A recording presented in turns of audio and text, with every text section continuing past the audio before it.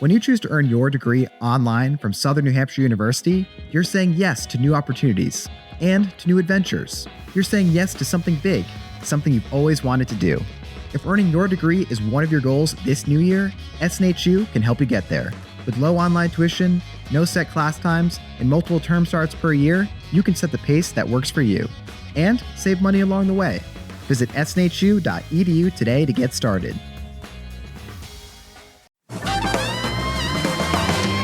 Hey, Typology Tribe. Man, I'm excited to be back with you. Welcome again to the podcast on which we explore the mystery of the human personality. And today we have on our dear friend, Enneagram 3, AJ Sherrill. Welcome to the show. Wow, great to be back. Love chatting with the two.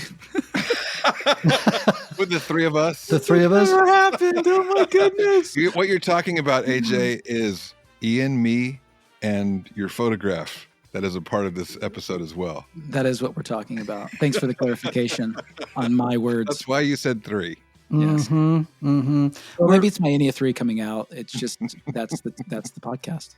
That's going to be part of the podcast. Yeah. But the reason we're laughing, everyone, is that AJ's publicist sent over his picture in which he is wearing a black clerical shirt and a white Anglican collar.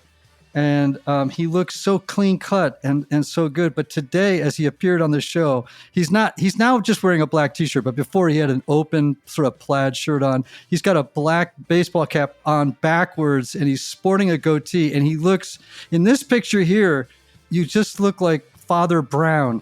And then now Ready to solve a mystery. Yeah, about to solve a mystery. And now on camera, you look like Eminem, like in 1995. Can I just say, I wish you would have made me Sydney from Grantchester rather than Father Brown. I feel like maybe I got downgraded there. And it's not a goatee. It completes to the mustache. It all goes around. It goes around.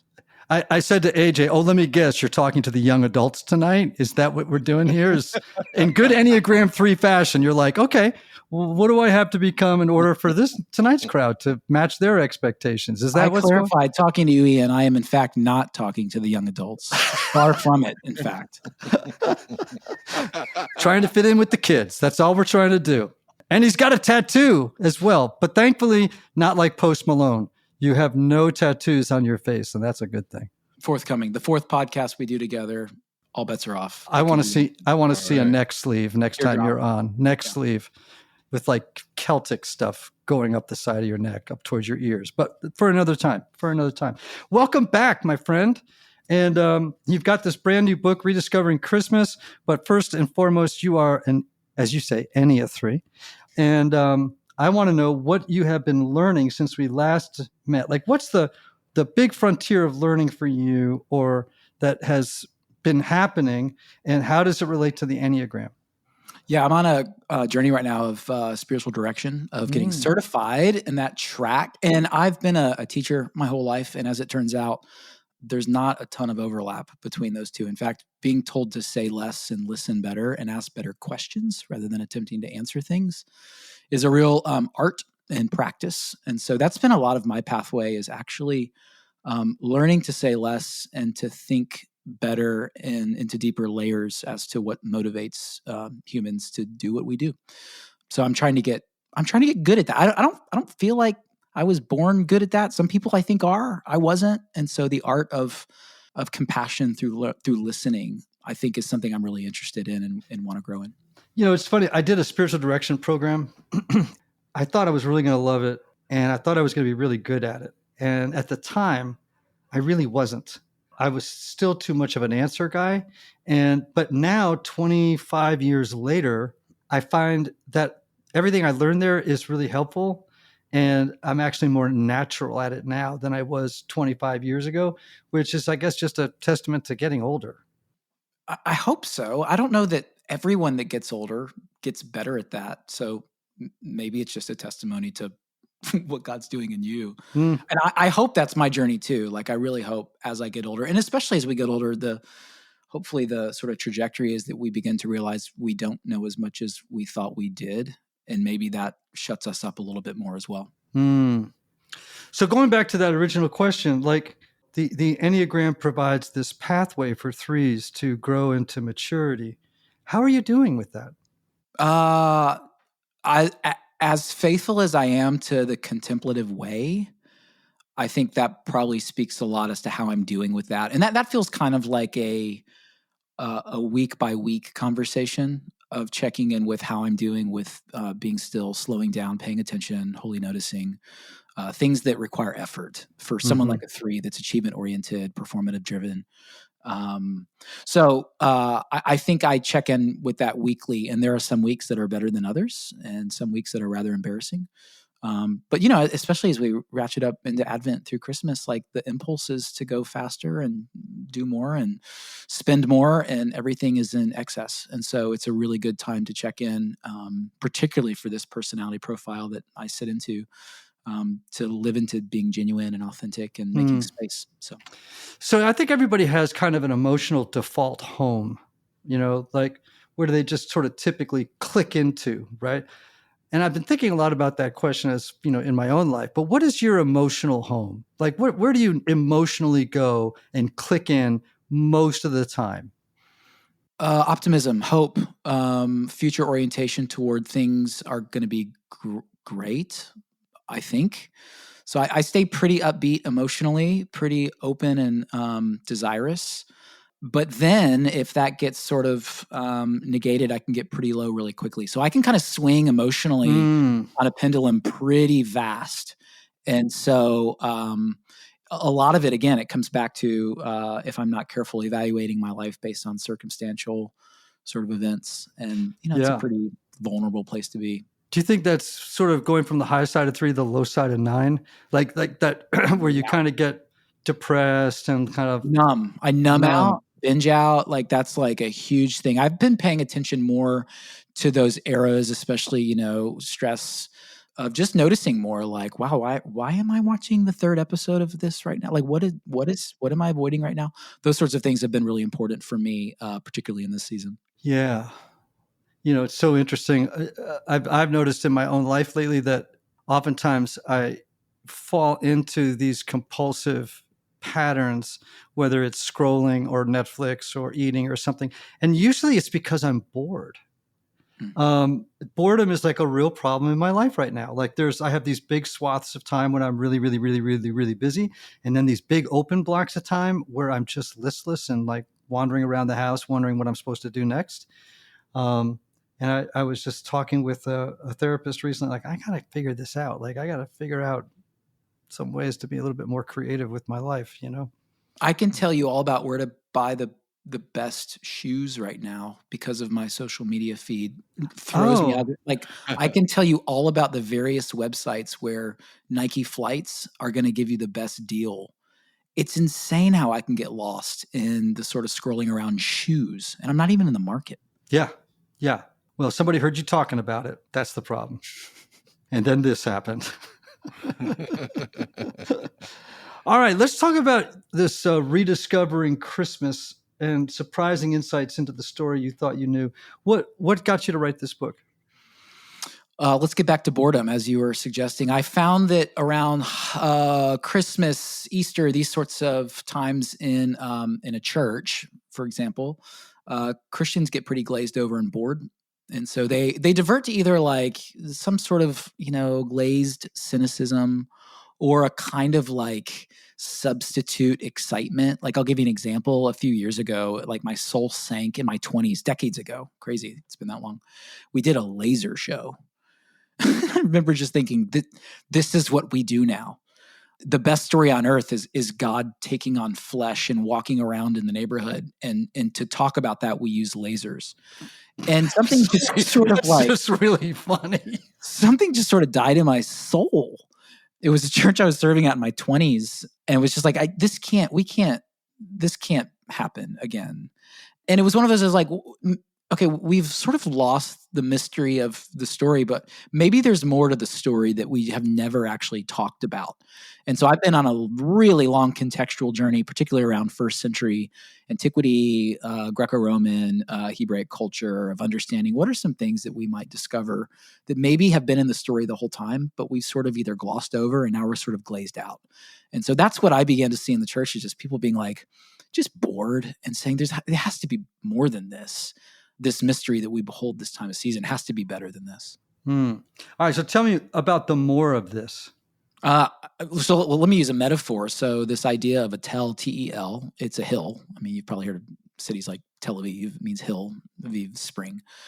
And in a lot of places in the ancient Near East, a lot of places in the world, in fact, you can have up to like 20 layers of different cultures that have built upon itself. And so to actually get into the depth of what's underneath all these things requires digging. And so I think that's a great metaphor for what's happened with the church over the last few hundred years, that culturally, I think times like Christmas have become a tell. We just have so many cultural layers, from Aunt Sally's fruitcake to, lawn inflatables to Santa Claus and that whole panoply and reindeer, whatever, right? Whatever. It's not bad stuff. It's just stuff that obscures the depth of the story that needs to be told every year, and which is Christ is born, like Emmanuel, Christ with us, God with us. That's something to talk about that we shouldn't glaze over at if we're being honest and sincere in our pursuit. So there's a lot of beautiful contextual reality that we've not unearthed in the local church in the West. And when you begin to do that, you begin to see that there's more to these characters that surround the Nativity story than we thought we knew, in ways that really challenge life today. All right, give me an example. Give me a couple of examples. Well, let's take, a couple examples. I'll start with the Innkeeper. The Innkeeper doesn't exist. I know the Innkeeper was in all of our plays growing up, things of that nature. And the Innkeeper was always like that guy that held up a no vacancy sign at the La Quinta, the Holiday Inn, go down the road. We don't have any place available. That's the story I grew up hearing, is that there was an innkeeper who didn't have any space, so we don't have any place for you, so go to that barn over there. It's actually the exact opposite. It was probably a guest house, a guest room, you should say, in a house, and there was no availability in there because there was a census. And so you can imagine that a lot of people are coming back. And this actually is probably a homeowner for someone that Mary and Joseph probably knew. And he did the exact opposite of a social stigma that would have been on a pregnant couple that weren't fully married in the Jewish worldview in a Jewish town. There would have been all sorts of stigma to allow this kind of couple into your home. And so it's actually a case of radical hospitality, which is what Christmas is designed to engender in us, is space and time and intention, and welcoming the stranger and welcoming that which might somehow cast you in a bad light amongst people that make all sorts of false assumptions. And they weren't in a barn. Like, they were probably in the bottom of the house. That when you would come into an ancient Near East dwelling in a village like Bethlehem, you would come in at the sort of bottom earthy spot that you would open the door, and that would be a place for animals. You would step up a couple steps into the living room where the family would sleep, and you would also cook. And then over time, you would probably build a guest room, either on top of the house or adjacent to it. And what we find is that animals were in the house because it keeps the house warm. You didn't have heaters back then. And so Jesus is born and placed in a manger because that's where the animals would have been. And so in this living room would have been probably, either at least one, if not two, three families staying together at this time. So it's a very different, I think what I'm trying to suggest is there's a very different sort of come from that we have brought in the West that has nothing to do with the original context, and that maybe the original context deserves some unearthing for us to understand the story better. Now, you've got lots of characters here to play with, and you actually divide the book up into two segments. Unpack that for a second. Yeah, so the first segment is on Advent. These are sort of expectation, waiting, longing, aching narratives that kind of build over time to lead us toward Christmas morning. And the second half of the book is on Christmas, or Christmastide, we might say, which is a longer season than just a day, to sort of rest into post-birth narratives that sort of help us understand what now we should be doing with our lives now that Christ has come. And so Advent is the first half of the book, Christmas is the second half of the book, and it sort of is meant to guide us into the story of the season and not sort of get lost in all of the cultural motifs that sort of compete for our allegiance in our time this season of the year. What character in the narrative did you have the most fun writing about? Two. First was Zechariah. Second was Herod. Zechariah, because maybe like you, I grew up believing that his silencing was a punishment. And so that frames the way you imagine who God is and what God is like. Get in line, or God will withhold parts of your bodily function that God gave you in the first place. Reality of it is, I want to suggest that his silencing was actually a gift rather than a punishment. It actually connected him with wonder in a way that the religious system had sort of shut that down and caused all sorts of shame in him. Now, I don't know these things as a fact, but we can infer them from what we understand culturally, and I try to make that case in my book. But I think to rethink this time as a season of slowing down, less words, a little more stillness and silence, creating space in our lives and our homes every day to maybe go a little bit slower, maybe talk a little bit less, increases our capacity for wonder and awe in ways that maybe get cheapened by the substitutes that we sort of reach for this time of the year.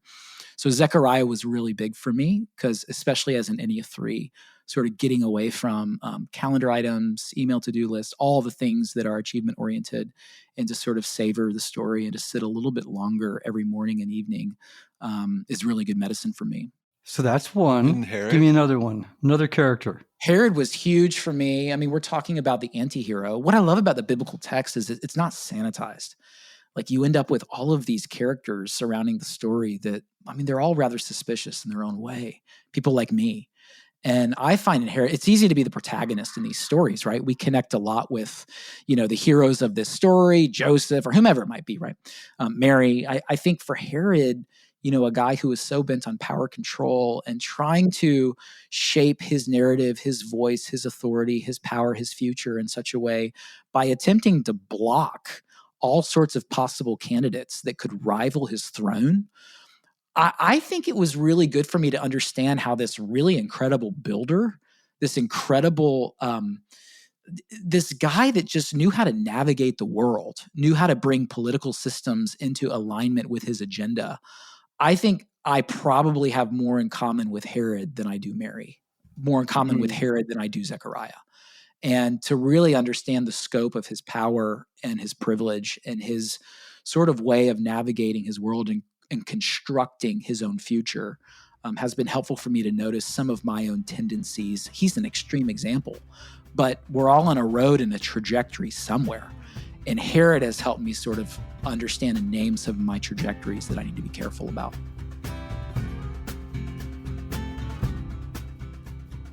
Hey, typology friends. As a therapist and a person in recovery myself, I can attest to the power of the 12 steps in overcoming self-destructive behaviors and addictions. In my new book, The Fix, I share the 12 steps in detail and illustrate the impact they've had on my own life when facing my own addictions. Whenever I've reached the end of my rope, the steps have become a lifeline. Rather than a quick fix or a one-and-done solution, the 12 steps offer relief, perspective, freedom, joy, and peace to anyone who is sick and tired of being sick and tired. They're for people who want to stop doing whatever they're doing to make themselves feel better, things that eventually do more harm than good. How can the 12 steps help you? Well, here's how you find out. Pre-order your copy of The Fix. And if you pre-order now, I'll send you a sneak peek of Chapter 1. Yup, that's right, the whole first chapter. Not only will you learn how you and everybody you know can benefit from the 12 steps, but you're going to read some very honest stories about my own recovery journey, and you're going to get a few practical pieces of advice from someone who's been there before the rest of the book drops in January. Pre-order The Fix anywhere books are sold. Then visit ianmorgancron.com/get your download to get started on Chapter 1 now.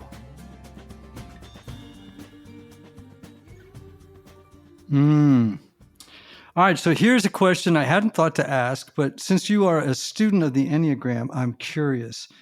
I wonder if we can speculate about different Enneagram types in the Christmas story. We could. Oh, he's scared. Are you scared to go out on a limb? Maybe I'm scared to go out on a limb with you, Ian.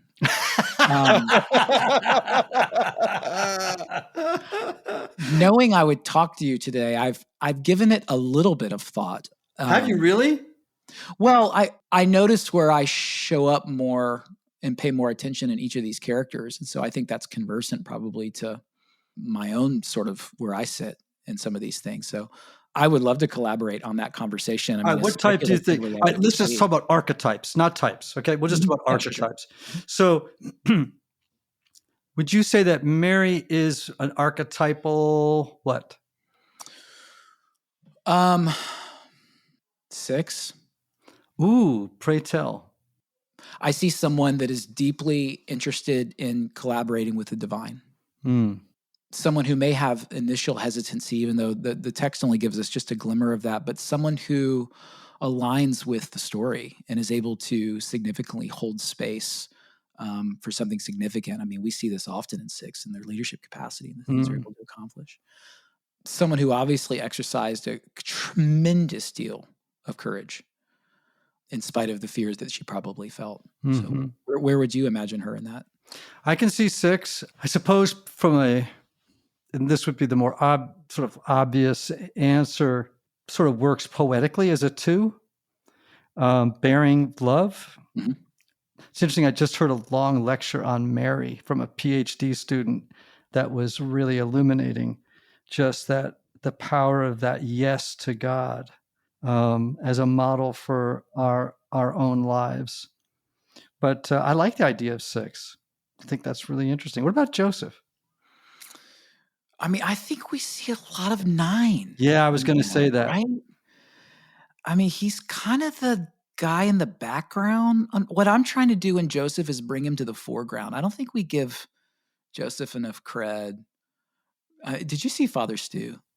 No, but I'm already interested. He's got this throwaway line about how it must have felt for Joseph being the lesser father in Jesus' life. I was like, I never thought about that. Like, I mean, when he says at the temple, like, did you not know I'd be in my father's house? Joseph's like, well, I don't live here. What are you talking about?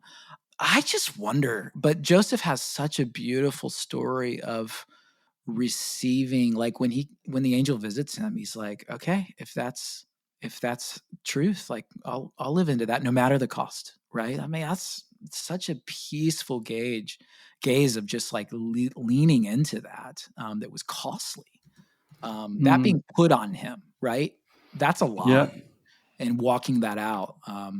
So I see a lot of 9 in him. And what do you think about John the Baptist? Gosh, if there ever was an 8, right? I mean, what a juggernaut. Just able to speak against power and privilege and speak prophetically. I mean, that's the trajectory of how he grew up. Amazing.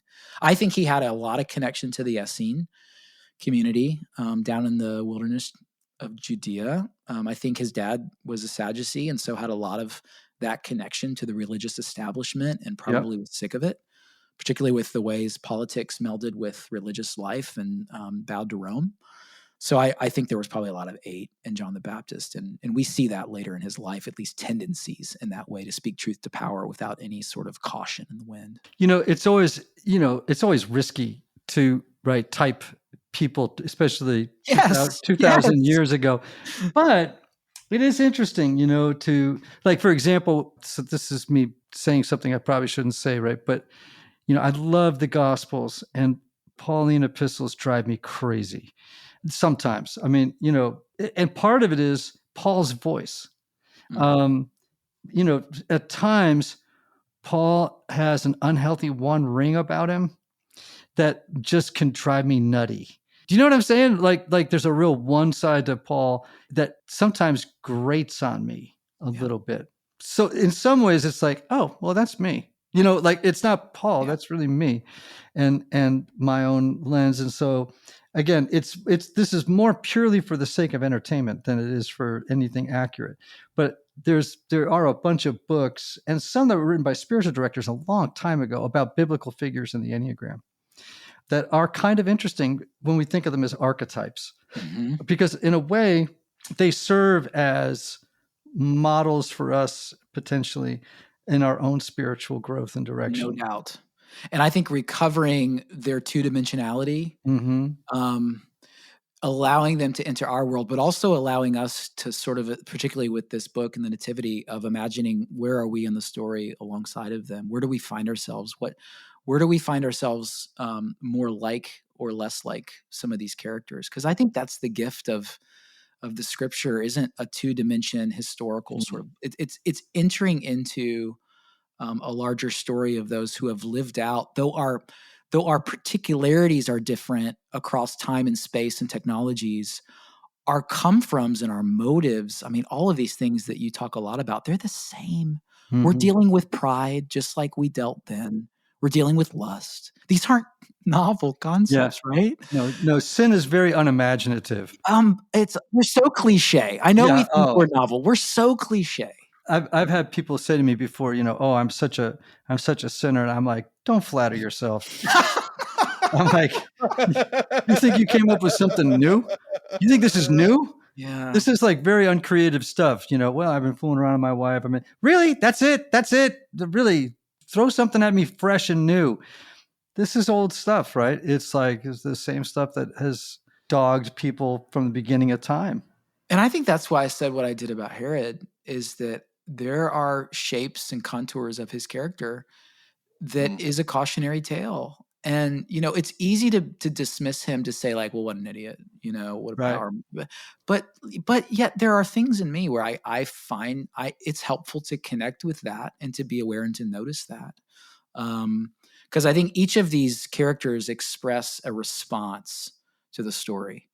And that's what this season has for us, is how are we going to respond to the immensity of this story particularly. And some of us are going to ignore and walk away and, whatever. Others of us are going to feel threatened by it because I want to be Lord of my own life or whatever. Other of us are going to receive it like Mary did. And that sounds really hard, but wow, what a model. So I'm with you on that. Sorry, Anthony, I felt like I cut you off on there. No. Speaking of Herod, was there any threeness with Herod that kind of, that you thought, ouch? I'll tell you the part that is so, I'll say brilliant. I don't mean it in the positive way. I mean, you talk about a guy with agility, ambidexterity in his personality. He was like, culturally, he spoke Greek, culturally Roman, religiously Jew, from the Nabatean world. I mean, we are talking about a guy that knew how to forge in any room he was in. He could relate to whomever he was talking to build alliances. And this is a guy that probably could split his personality across the Middle Eastern world and talk to anybody and get what he wanted. So this is a guy that probably didn't know who he was. I mean, he killed his own wife, at least one of them, killed his own kids. Are you kidding me? I mean, this is a megalomaniac who was so used to getting what he wanted that he just didn't have an identity outside of what he could perform and achieve. And so that's a really cautionary tale for any Ennea 3. And there's some 8 in there overlapped as well, at least the underside of that. But it's a sad case to be eaten by worms. Just a few years ago, only 3% of domestic violence shelters accepted pets, meaning many abuse survivors had to choose between staying in a difficult situation for their pet or leaving their pet behind. 1 in 3 women and 1 in 4 men experience domestic abuse in their lifetime, and nearly half of survivors delay leaving because they can't bring their pets with them.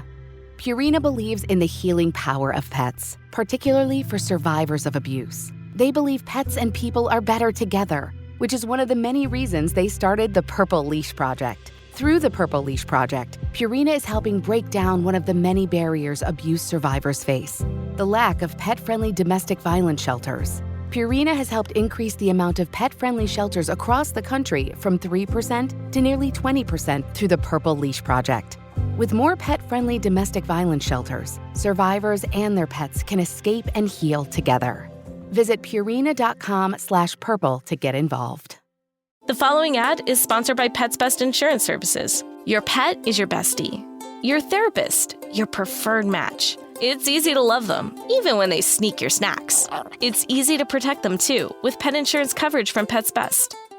Because it's all fun and games until they chew on something they shouldn't. With perfect timing, Pets Best helps protect your furry friend and your budget from this imperfect world. Get up to 90% on eligible vet bills for less than $1 a day. Find your perfect match at PetsBest.com. Pet insurance products offered and administered by Pets Best Insurance Services, LLC, are underwritten by American Pet Insurance Company or Independence American Insurance Company. For all terms, visit PetsBest.com/policy.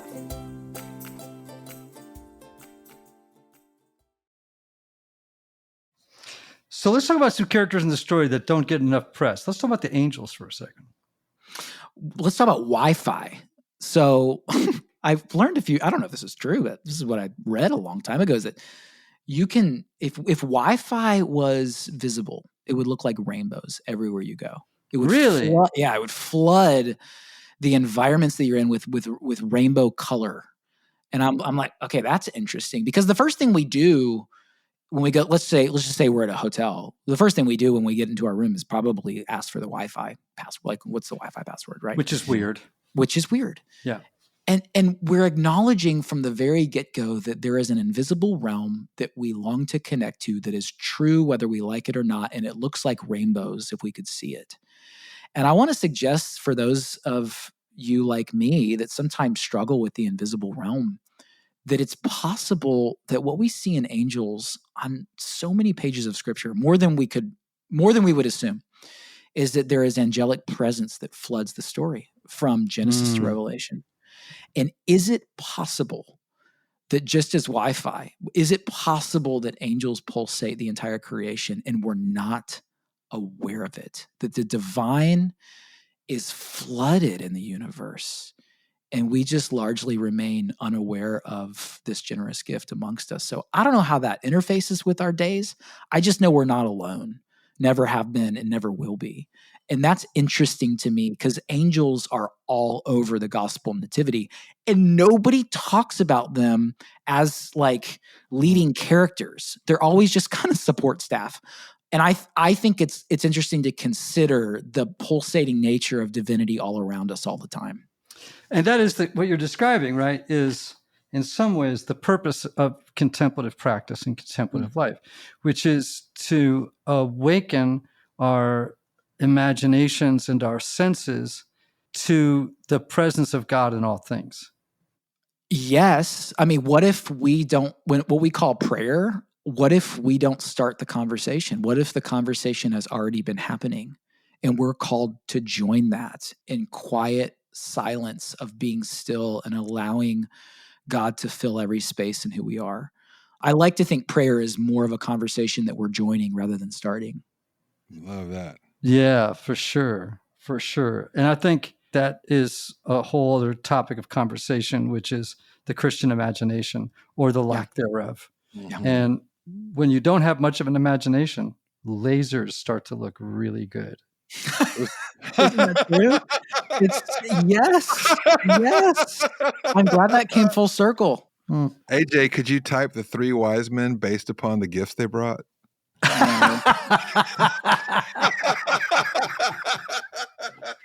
Well, but that's a great segue. Let's talk about the wise men. Let's talk about the Magi for a minute. Yeah, I mean, we're talking. What I love about the story is, if we were to put all those characters in the same room, the diversity, the inclusion is it's controversial. I mean, these are Zoroastrian Australian astrologers. Australian astrologers from the outback. I mean, these are astrological Zoroastrian philosophers who had given their whole life to the craft of star charting. I mean, how do you translate that into today's world? Probably some sort of new age guru that's palm reading, trying to pay attention to the signs of zodiac. You know what I mean? Like that we've allowed their inclusion, that they are too invited.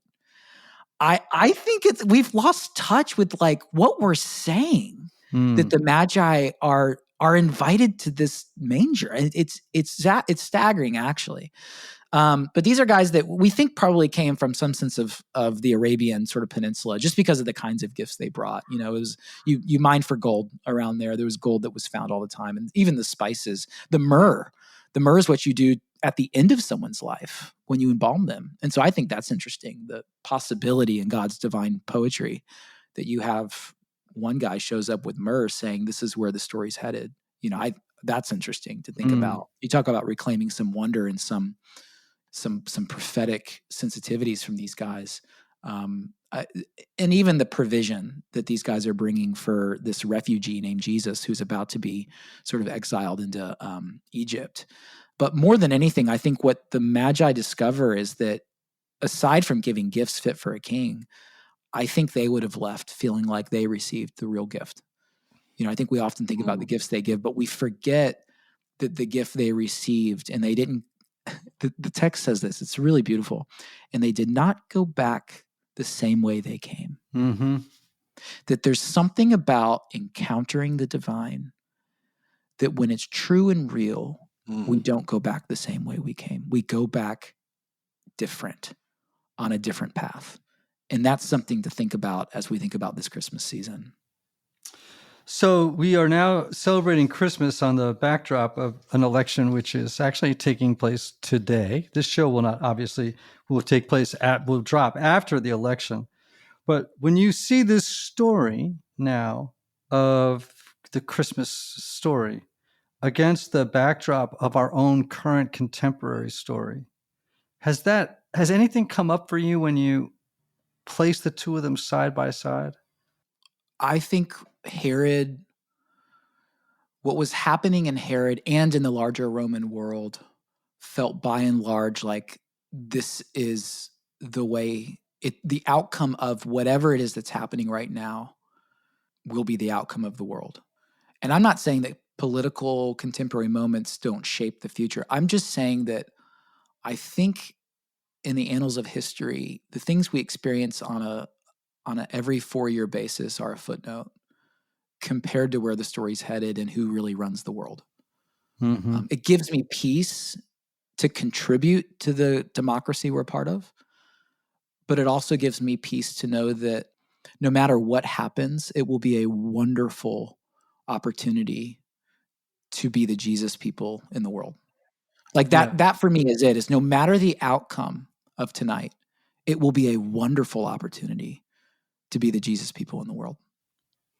Yeah, the idea that keeps coming back to me in the midst of all this is, don't worry, they're not in charge. You know what I mean? So like, just don't worry, man, they're not in charge. They might think they're in charge, but they're not in charge. And they don't, thankfully, they don't author this story. Yeah. And unfortunately, though, it's easy to get brought up into this delusion that they're in charge, and therefore everything's at stake. But the good news of our story that we inhabit is like, it's a footnote. It's just a moment, and larger forces are at work than the ones that are presented to us every day on our doomy news feeds. And I think that's actually a great message from the Christmas story, right? That God is active, God's grace is active, and this is a small story under the heading of one that's infinitely larger. Wow. Good place to end. AJ, what a delight to have you on. Always. I wish people could have been privy to our conversation before we hit record, because it was pretty dang funny. And I like that you look like Eminem today. That's my Christmas gift today, is you came on looking like Eminem. And that makes me feel like all warm inside, like I've had eggnog. I want to remind everybody about your new book. The title is Rediscovering Christmas, Surprising Insights into the Story You Thought You Knew. I assume, AJ, people can get this on Amazon. They can get it at Barnes & Noble or wherever fine books are sold. That's true. Yeah. And you are at ajsherrill.com, correct? Org. Well, why does it say this on here? It says it's wrong then. I didn't write All right. Well, AJ Sherrill is your Instagram handle. Is that right? AJ_Sherrill. Dang it. I got the underscore missing. Well, anyway, you got a chance to correct me. Anthony, this has been a delight. Yes, it has. Always good to have you on, AJ. Oh, man. Always. And I love chatting with y'all. yeah. And listen, everybody, we love you. We hope you're getting ready for Christmas, and that you'll go out and get a copy of this book and actually find yourself plunged into another world where the real details of what's happening in this Christmas story can be worked out in your own life. And may you have love, may you have joy, may you have peace, may you have healing, may you have rest. Until next time.